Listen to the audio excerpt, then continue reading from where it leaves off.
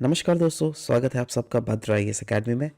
आज का डेट है 6 जनवरी 2024 एंड यस, करंट अफेयर्स के एनालिसिस के डिस्कशन में मैं शुभदीप आप सभी का स्वागत करता हूं। आज एक बहुत ही इंपॉर्टेंट आर्टिकल यहां पर डिस्कस करेंगे द हिंदू का। यहां पे हम लोग बात करेंगे ग्लोबल न्यूक्लियर ऑर्डर के रिलेटेड। ग्लोबल न्यूक्लियर ऑर्डर अभी दुनिया में देखा जा रहा है, ये कहीं ना कहीं एक जियोपार्डी में फंसा हुआ है, एक स्ट्रेन में फंसा हुआ है ना।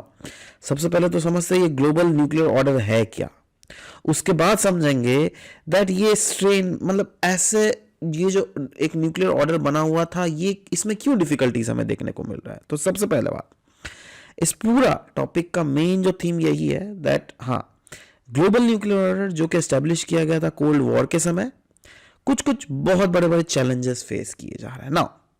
हम लोग इस आर्टिकल को अपने एग्जाम पर्सपेक्टिव में कैसे एनालाइज करेंगे। देखो, हमारे ऑफ कोर्स आपको पता है दैट आपको जियोपॉलिटिक्स के बारे में तो पढ़ना पड़ता है, राइट। नाउ जियोपॉलिटिक्स एक इतना कॉम्प्लेक्स सब्जेक्ट है जिसमें आप एक कंट्री का रिलेशन दूसरे कंट्री के साथ, एक कंट्री का रिलेशन एक रीजनल ब्लॉक के साथ, और एक कंट्री का रिलेशन पूरे दुनिया में जितने सारे कंट्रीज हैं, life friendly countries, non friendly countries, उन सब के साथ हम लोग डिस्कशन करते हैं, right. Now global nuclear order की जहां तक बात करें तो ग्लोबल न्यूक्लियर ऑर्डर का मतलब क्या होता है।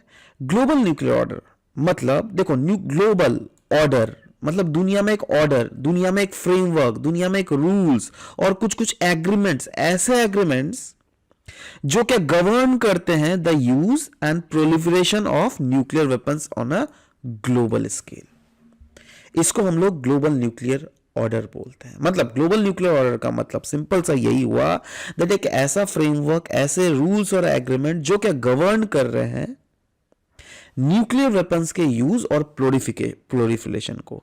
इसलिए तो यह टर्म यूज किया गया ना, ग्लोबल न्यूक्लियर ऑर्डर। और सबसे इसका अच्छा एग्जांपल है आपको nuclear non proliferation treaty, NPT. Now NPT का एम क्या है? एनपीटी दुनिया में एक ग्लोबल ऑर्डर फिक्स करती है दैट न्यूक्लियर वेपन कोई भी दूसरा कंट्री नहीं रख सकता एक्सेप्ट P5 कंट्रीज, राइट। जो P5 कंट्रीज मतलब कौन से कंट्रीज मैं बोल रहा हूं, जो यूनाइटेड नेशन सिक्योरिटी काउंसिल के परमानेंट मेंबर्स हैं उनको छोड़कर। नाउ अब ये पूरा जो टॉपिक का एनालिसिस हम लोग करेंगे ना, इन सारे पॉइंट्स को एक एक करके हम लोग देखेंगे और एनालाइज करेंगे। जैसे सबसे पहले तो हम लोगों ने ग्लोबल न्यूक्लियर ऑर्डर क्या होता है वो हम लोगों ने देख लिया। अब इसके की कंपोनेंट्स के बारे में देखेंगे, क्या क्या की ट्रीटीज हैं न्यूक्लियर डिसआर्मामेंट में, वो सब हम लोग देखेंगे। ग्लोबल न्यूक्लियर ऑर्डर के सिग्निफिकेंस क्या है, करंट स्टेटस क्या है ग्लोबल न्यूक्लियर ऑर्डर का, और क्या क्या इश्यूज, क्या क्या कंसर्न है with the current global nuclear order, और इंडिया का पोजीशन क्या है, और साथ ही साथ वे फॉरवर्ड पॉइंट्स भी हम लोग यहां पर डिस्कस करने की कोशिश करेंगे। सबसे पहले की components of global nuclear order.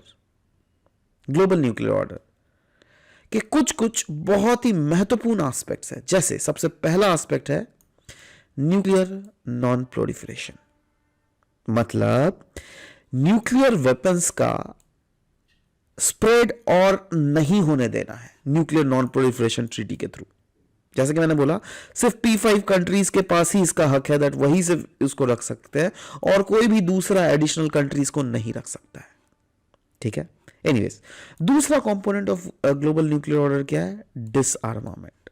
मतलब दुनिया आने वाले समय में ऐसे इनिशिएटिव्स लेगी जिसका मेन एम होगा दैट न्यूक्लियर आर्सेनल्स को धीरे धीरे एलिमिनेट कर दिया जाए ग्लोबली।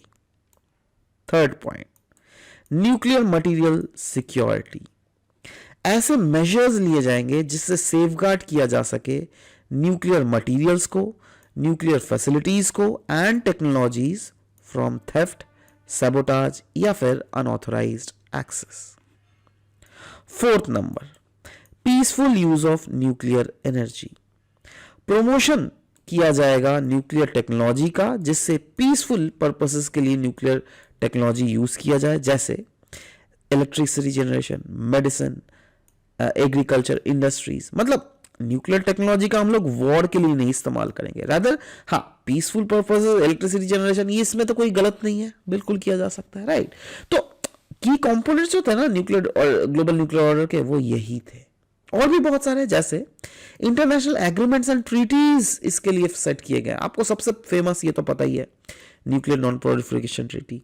सीटीबीटी भी आपको पता होना चाहिए, comprehensive nuclear test ban treaty, और भी different other established norms and regulations and obligations ले गए हैं न्यूक्लियर एक्टिविटीज को रिलेटेड। यही नहीं, इंटरनेशनल ऑर्गेनाइजेशंस एंड एजेंसीज, जी हाँ, बॉडीज जैसे इंटरनेशनल एटॉमिक एनर्जी एजेंसी जो है वो ओवरसी करता है न्यूक्लियर एक्टिविटीज को और इंस्पेक्ट करता है और प्रोमोट करता है न्यूक्लियर सेफ्टी को और सिक्योरिटी को वर्ल्ड वाइड। तो ये कुछ कुछ की कंपोनेंट्स से ग्लोबल न्यूक्लियर ऑर्डर के। बट साथ ही साथ न्यूक्लियर, जब भी मैं ग्लोबल न्यूक्लियर डिसआर्मामेंट या फिर के रिलेटेड की ट्रीटीज की बात करूं, सबसे जो इंपॉर्टेंट ट्रीटीज है वो यही है, 1963 में साइन हुआ था पार्शियल टेस्ट बैन ट्रीटी, जो क्या प्रोहिबिट कर रहा था testing of nuclear weapons which can cause radio active fall out. फिर 1970 में आया treaty of non proliferation of nuclear weapons, जो क्या एकमात्र बाइंडिंग ट्रीटी है फॉर न्यूक्लियर डिसआर्मामेंट। बाद बाकी जो ट्रीटीज है ना, ये बाइंडिंग नहीं है। जैसे 1996 में आया था CTBT, comprehensive nuclear test ban treaty. ये एक इंटरनेशनल ट्रीटी है जो कि बैन करता है हर एक न्यूक्लियर एक्सपोजर इन हर एक इन्वायरमेंट। बट इसको बहुत सारे कंट्रीज ने इसको साइन ऑन ये नहीं किया, यूएसए ने भी नहीं किया है। तो अब खुद सोचो, it has not entered yet into force. बोलो ना, सिर्फ न्यूक्लियर नॉन प्रोलिफरेशन ट्रीटी ही एकमात्र बाइंडिंग ट्रीटी है जिसको इंडिया ने सिंपली बोल दिया नहीं नहीं भाई, ये बिल्कुल भेदभाव करता है, इसलिए हम लोग इसको साइन। ओके, इसके बाद अब डिस्कस करते हैं ग्लोबल न्यूक्लियर ऑर्डर के सिग्निफिकेंस को।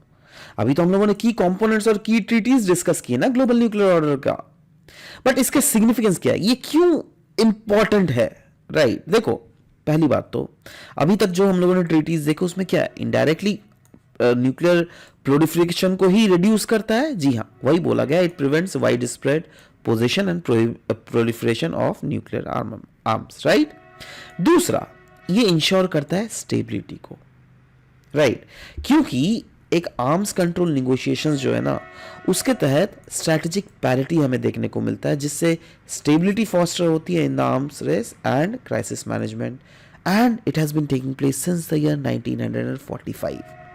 दुनिया में जो हर कंट्री, नहीं तो देखो ना, हर कंट्री के पास न्यूक्लियर आर्म्स होता अगर सब कोई रेस में लग जाती तो, राइट? बट ये जो इसने कहीं ना कहीं एक ब्रेक सा लगा दिया, दैट नहीं, हर कंट्रीज न्यूक्लियर आर्म्स नहीं रखेंगी, ठीक है ना? करंट स्टेटस क्या है ग्लोबल न्यूक्लियर ऑर्डर का, अगर देख लीजिएगा तो रियलिटी में देखो, ये मैं नहीं बोल रहा हूं, ये Stockholm international peace research institute SIPRI का रिपोर्ट है। उन्होंने बोला है दैट देखो, वैसे तो P5 कंट्रीज को हक है दैट ये लोग न्यूक्लियर आर्म्स रखे, बट इन टोटल दुनिया में 9 ऐसे न्यूक्लियर आर्म्ड स्टेट्स है जिनके पास न्यूक्लियर आर्म्स है, राइट? जिसमें यूनाइटेड स्टेट्स, रशिया, चाइना तो undoubtedly they are one of the most prominent player which are actively engaged in modernization and expansion of nuclear arsenal. अगर दुनिया भर में टोटल ग्लोबल इन्वेंट्री देख लीजिएगा तो अप्रोक्सीमेटली बोला जा रहा है 12,512 वॉरहेड्स है, जिसमें एक सिग्निफिकेंट पोर्शन अराउंड 9,576 वॉरहेड्स जो है it is held in military stockpiles for the potential use.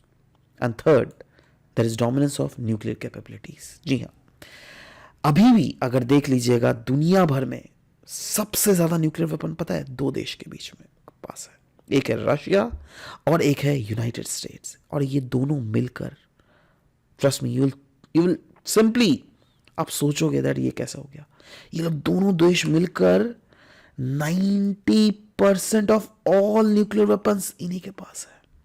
Can you imagine this? This is huge. Now सवाल होता है क्या क्या इश्यूज है, क्या क्या कंसर्न्स है with the current global nuclear order.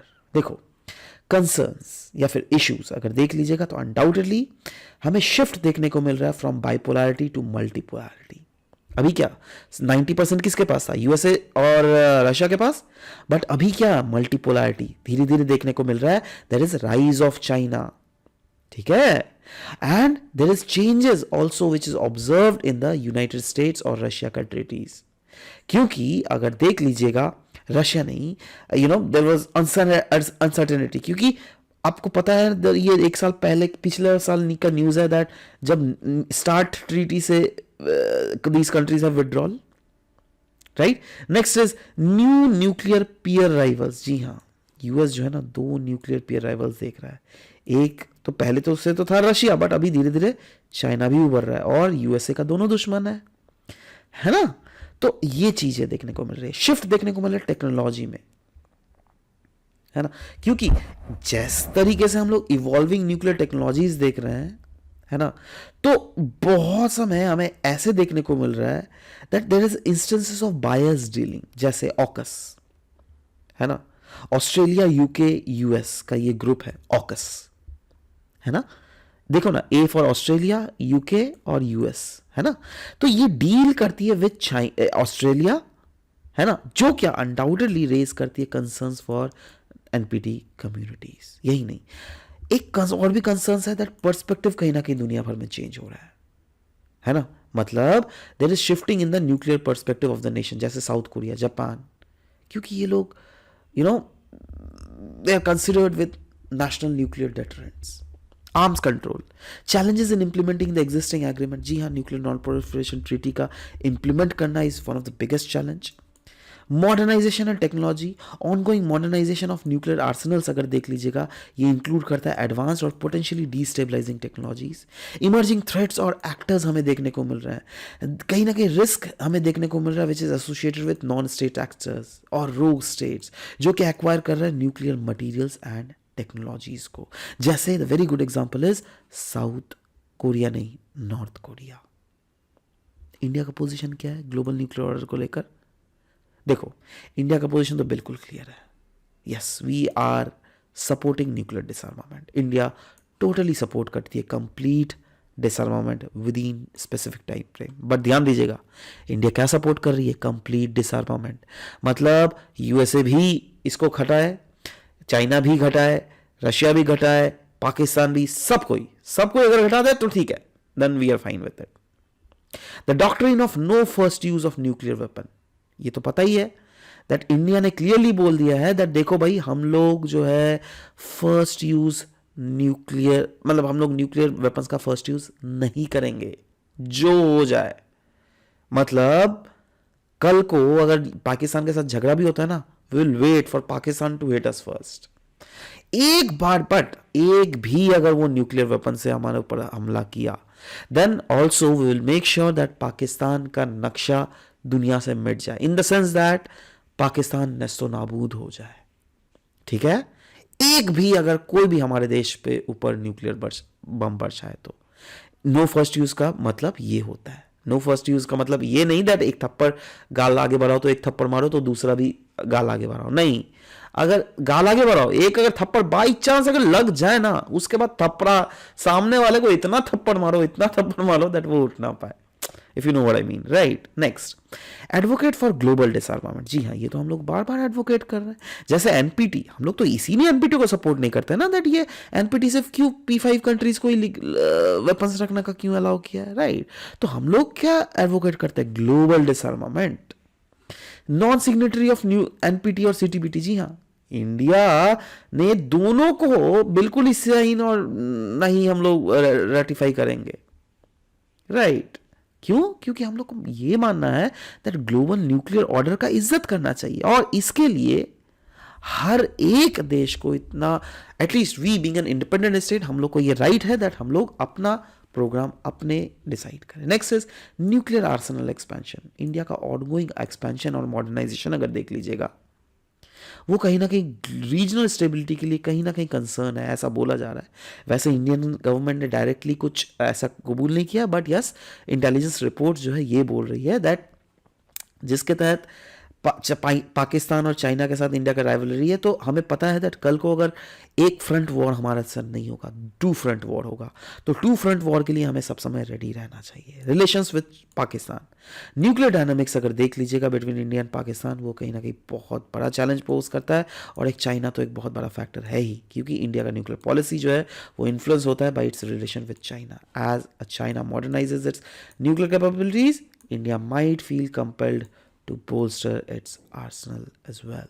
अगर चाइना उनके न्यूक्लियर कैपेबिलिटीज़ को बढ़ाएगा तो यस, इंडिया को प्रेशर में आएगा ही, और इंडिया को भी आने वाले समय में इसको फिर से देखना पड़ सकता है. तो सवाल होता है, what is the way forward? आने वाले समय में हमें क्या करना चाहिए? देखो, सिंपली अगर आप ग्लोबल न्यूक्लियर ऑर्डर, अगर आप just safe and improved global nuclear order setup करना चाहते हो, तो अनडाउटेडली एक कॉम्प्रिहेंसिव अप्रोच चाहिए. और कॉम्प्रिहेंसिव अप्रोच मतलब डिप्लोमेसी के थ्रू तो चाहिए ही, बट टेक्नोलॉजी, गवर्नेंस और इंटरनेशनल कोऑपरेशन भी चाहिए. और इसके लिए हमें क्या करना पड़ेगा? पहली बात तो इंकरेज करना पड़ेगा डिसआर्मामेंट, जिसके तहत हम लोग को रिड्यूस करना पड़ेगा न्यूक्लियर आर्सनल्स को, स्ट्रेंथन करना पड़ेगा नॉन प्रोलिफरेशन एफर्ट्स को, फोस्टर करना पड़ेगा inclusive dialogue among all the stakeholders, और साथ ही साथ मॉनिटर करना पड़ेगा जो भी हमारे को इमर्जिंग टेक्नोलॉजीज हमें देखने को मिल रहा है, जिससे रिस्क हमें बनता हुआ दिख रहा है को मिल रहा है, तो ये सब चीज़ें भी हमें कंटिन्यूसली मॉनिटर करती रहनी पड़ेगी. सपोर्ट करना पड़ेगा नए ट्रीटीज़ को, जैसे treaties on prohibition of nuclear weapons, जबकि साथ ही साथ इंगेज करना पड़ेगा न्यूक्लियर आर्म्ड स्टेट्स के साथ, जिससे क्या फ्यूचर में वो भी न्यूक्लियर फ्री हो जाए. और India must focus on maintaining the stability of the region, और इसके लिए हमें पाकिस्तान के साथ डायलॉग कैरी फॉरवर्ड करने पड़ेंगे, चाइना के साथ डायलॉग कैरी फॉरवर्ड करना पड़ेंगे, और इंश्योर करना पड़ेगा दैट जिससे सेफ और रिस्पॉन्सिबल मैनेजमेंट हो सके न्यूक्लियर आर्सनल्स का. ठीक है. So this was all about the discussion that we had for this very session. आशा करता हूँ दैट जियोपॉलिटिकल पर्सपेक्टिव में काफ़ी ज़्यादा इंपॉर्टेंट आर्टिकल, काफ़ी ज़्यादा इंपॉर्टेंट लाइट आपको इसमें देखने को मिला होगा. This was all about the discussion that we had. मिलते हैं नेक्स्ट सेशन में. Till then bye bye, take care.